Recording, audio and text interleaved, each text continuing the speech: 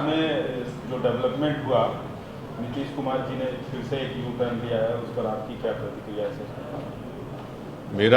मेरा पहला रिएक्शन ये है कि जो बिहार में जो सियासी तब्दीली होने जा रही है, इस सिलसिले में नीतीश कुमार को, तेजस्वी यादव को और देश के वज़ीर आज़म नरेंद्र मोदी को, तीनों को बिहार की जनता से माफ़ी चाहनी चाहिए।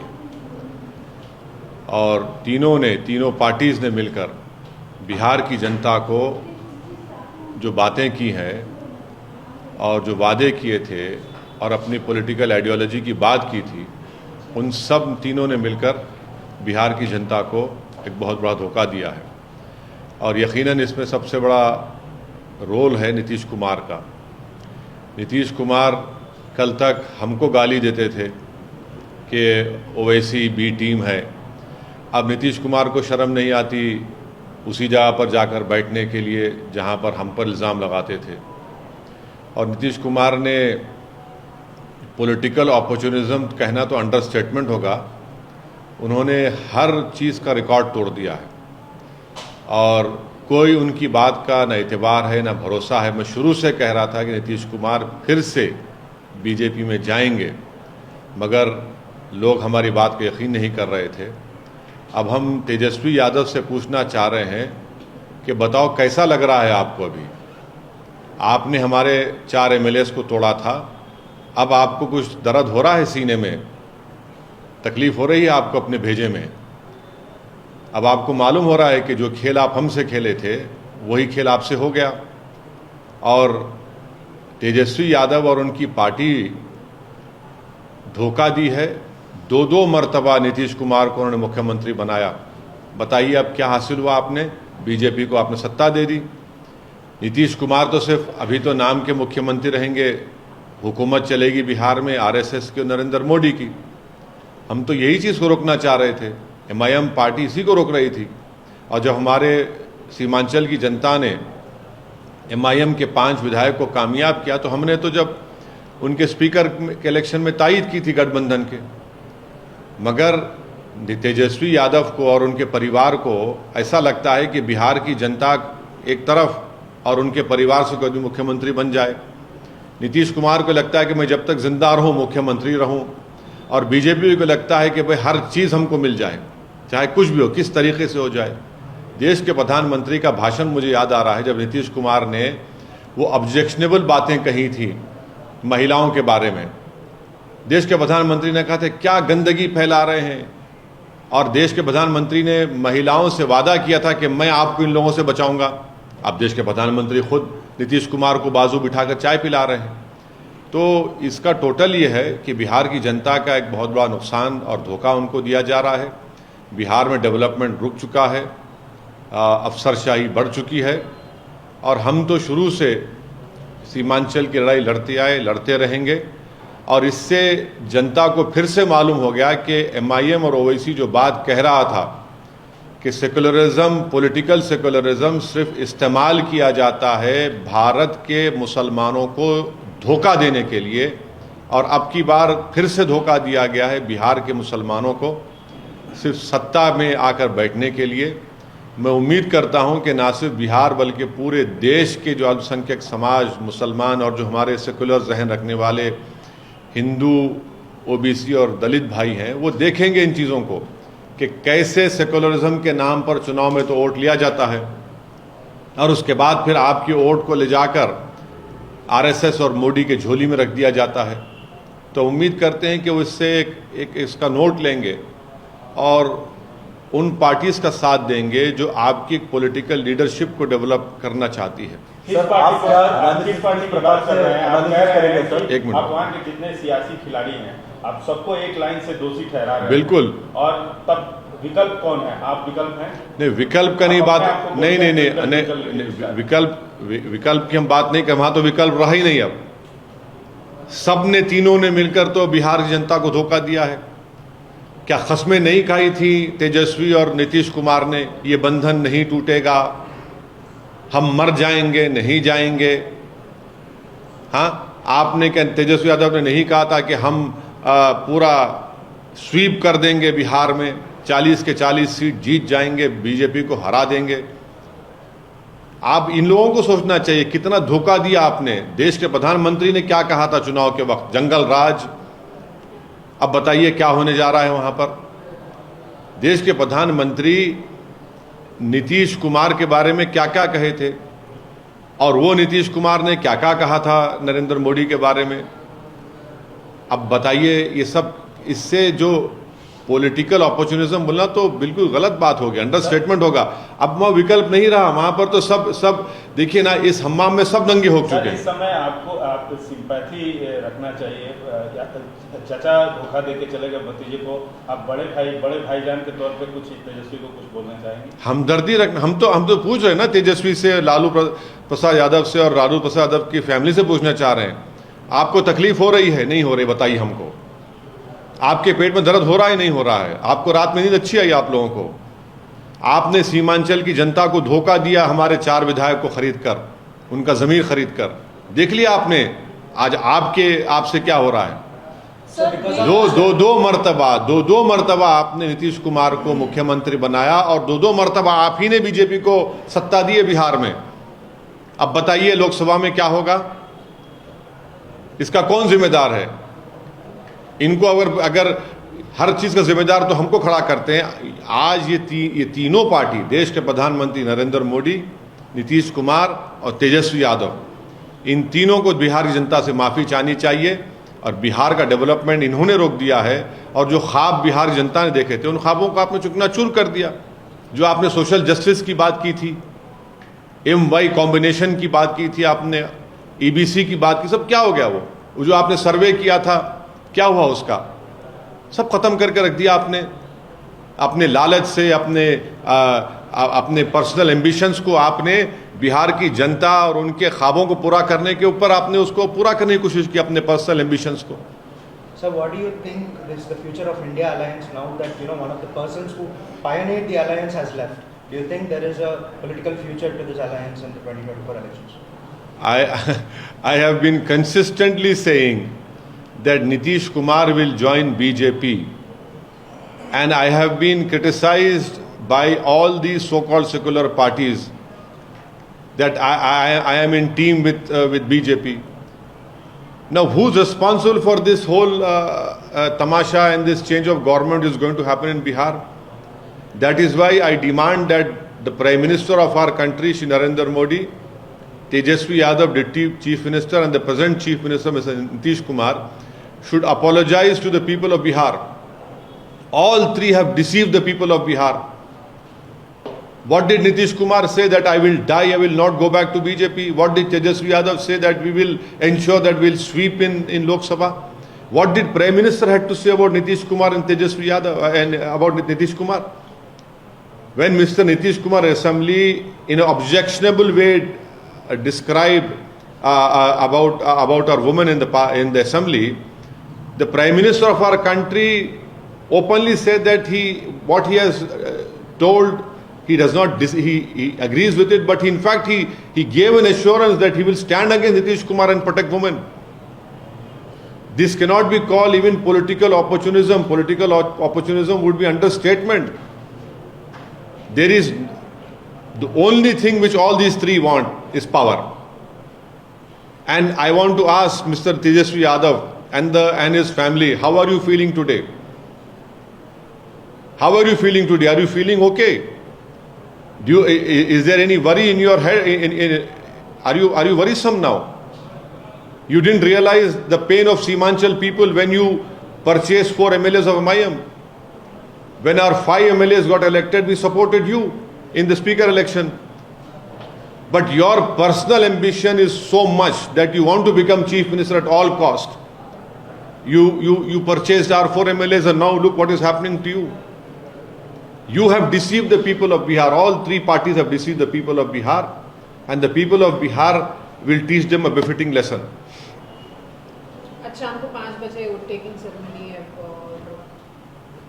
नहीं 5 बजे क्यों, अभी कर देते, वो इस्तीफा दिए, जब हो जाता वो क्या है उसमें। नई सरकार की संरचना जो बन रही है उसमें कहा जा रहा है लॉ पुश पॉलिटिक्स किया जा रहा है, जो उप मुख्यमंत्री बनाने की सम्राट चौधरी कोहली समाज से आते हैं, तो जिस तरह से ये जातिगत समीकरण चुनाव से पहले किया जा रहा है, इसको आप कैसे देखते हैं?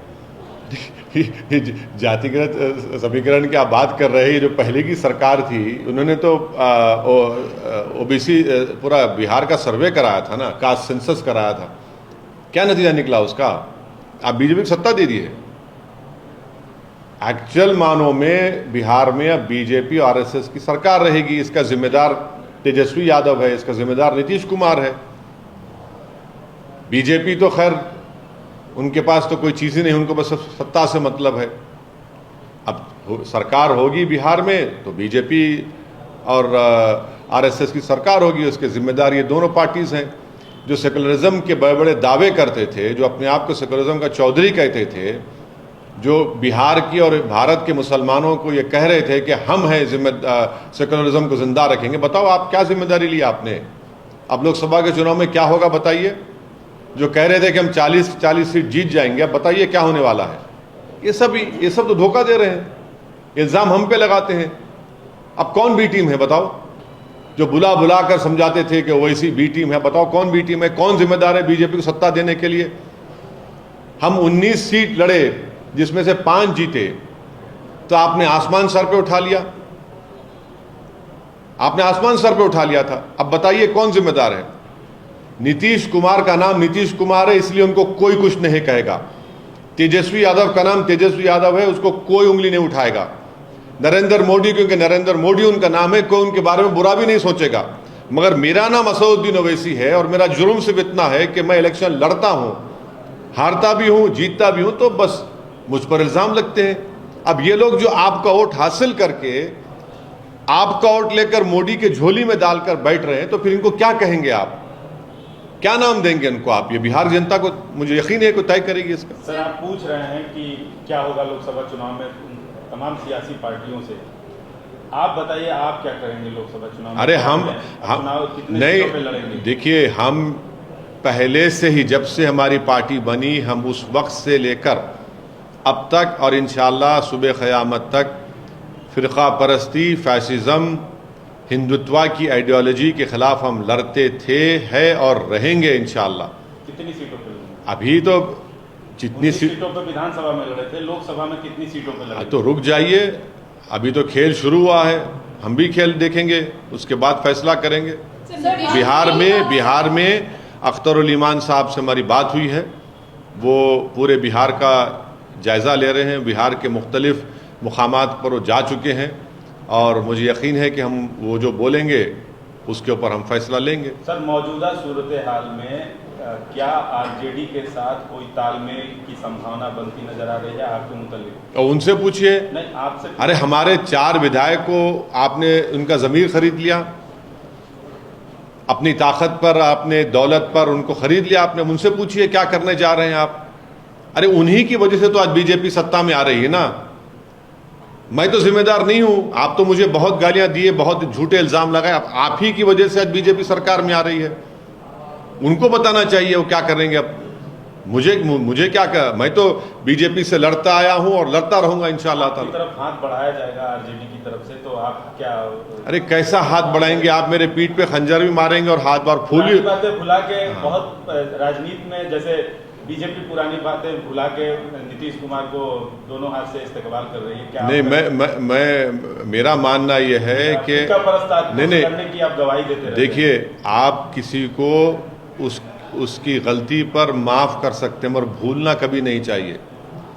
असदुद्दीन ओवैसी माफ़ किसी को कर दे सकता है, क्योंकि ऊपर वाला सबको माफ़ करते हैं, और भूलना नहीं चाहिए। क्योंकि अगर आप अपने पीठ पर जो आपको किसी को कोई खंजर मारता है, अगर आप भूल जाएंगे तो फिर दोबारा फिर से आपको मार पड़ेगी, नुकसान उठाना पड़ेगा। अब मुझे नहीं मालूम कि फ्यूचर में क्या होने वाला है, मगर ये जुमला पुराना हो चुका है कि दरवाजे खुले हैं। अरे कौन सा दरवाज़ा यार? आप हमारे घर का दरवाज़ा ही बाकी कहाँ रखा है? ये तो घर को ही उठा कर लेके जाना चाहते हैं। हमारे घर के दौर दीवार को तो आपने तोड़ दिया है, बुलडोज़र से आपने घर को तोड़ दिया है, तो दरवाज़ा कहाँ रहा मेरा?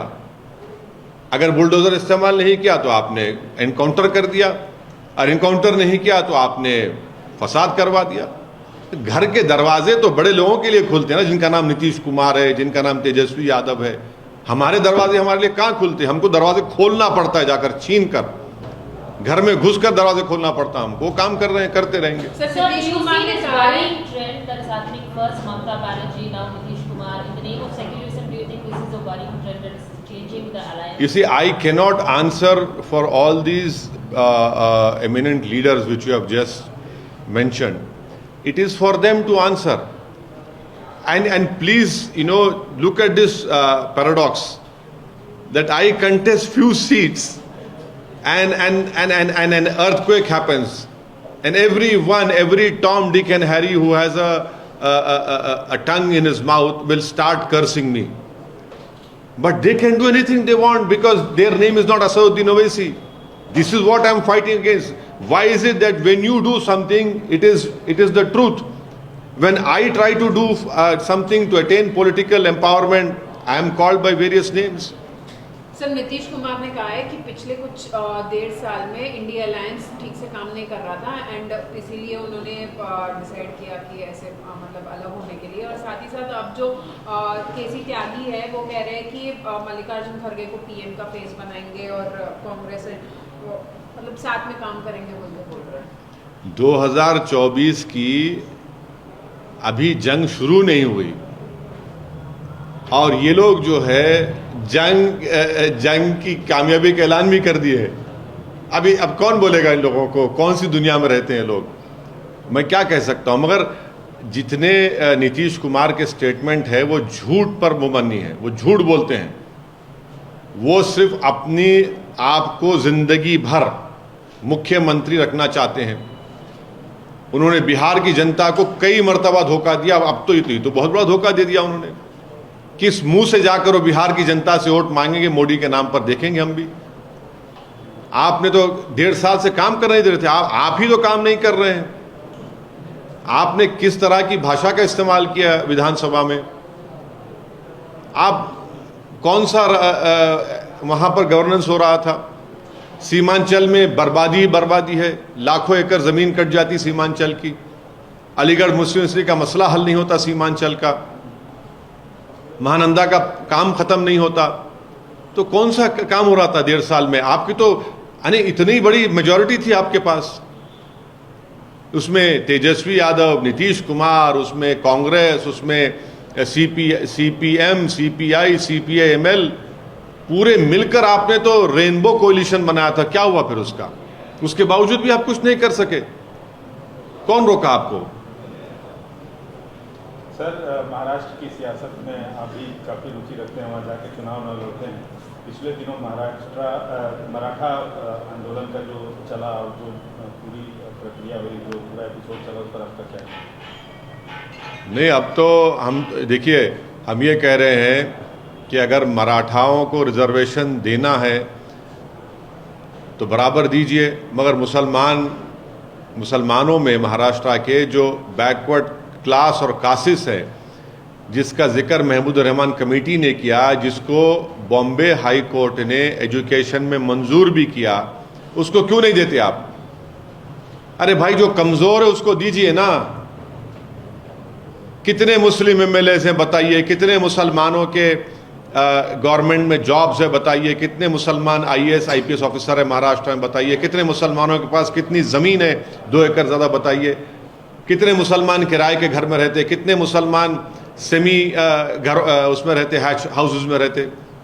आप मुसलमान को देना ही नहीं चाहते। उस मुसलमान को जिसका जिक्र महमूद रहमान कमेटी ने किया, आप मराठाओं को देना चाहते, दीजिए बराबर। कौन रोक रहे हैं? महाराष्ट्र के जो मुस्लिम बैकवर्ड क्लासेस, उनका क्या होगा? आपने तो खैर वो जो एजुटेशन को तो आपने फिल वक्त रुका दिया, मगर मुझे लगता है कि वो तो आगे बढ़ेगा। वो रुकने वाला नहीं है। वो तो इतनी क्राउड को लेकर जब एक आदमी चल रहा है, आवाम को, जनता को, तो देखना वो किस लॉजिकल एंड पर वो लेकर जाते हैं मराठा लोग। सर, कल तेलंगाना में सीएमओ के हवाले से एक खबर आई कि कास्ट बेस्ड सेंसस होगा स्टेट में, उस पर आपका क्या? बहुत अच्छा है, होना चाहिए, जल्दी होना चाहिए और उस रिपोर्ट को सामने आना चाहिए ताकि तेलंगाना की आवाम को मालूम हो सके कि किस कास्ट का पॉपुलेशन में क्या हिस्सा है और उनका गवर्नमेंट के एम्प्लॉयमेंट में, गवर्नमेंट के पोस्ट में उनका क्या हिस्सा है। बहुत अच्छा है, लाइए, उसको करना चाहिए। और ऑलरेडी एक पिछली गवर्नमेंट ने एक सेंसस किया था ना, क्या नाम था उसका, हाँ, समग्र सर्वे तो ऑलरेडी है, उसको आप पब्लिक डोमेन में ला लीजिए, ये तो कराइए आप, उसको भी ला लीजिए पब्लिक डोमेन में, सबके सामने आ जाएगा।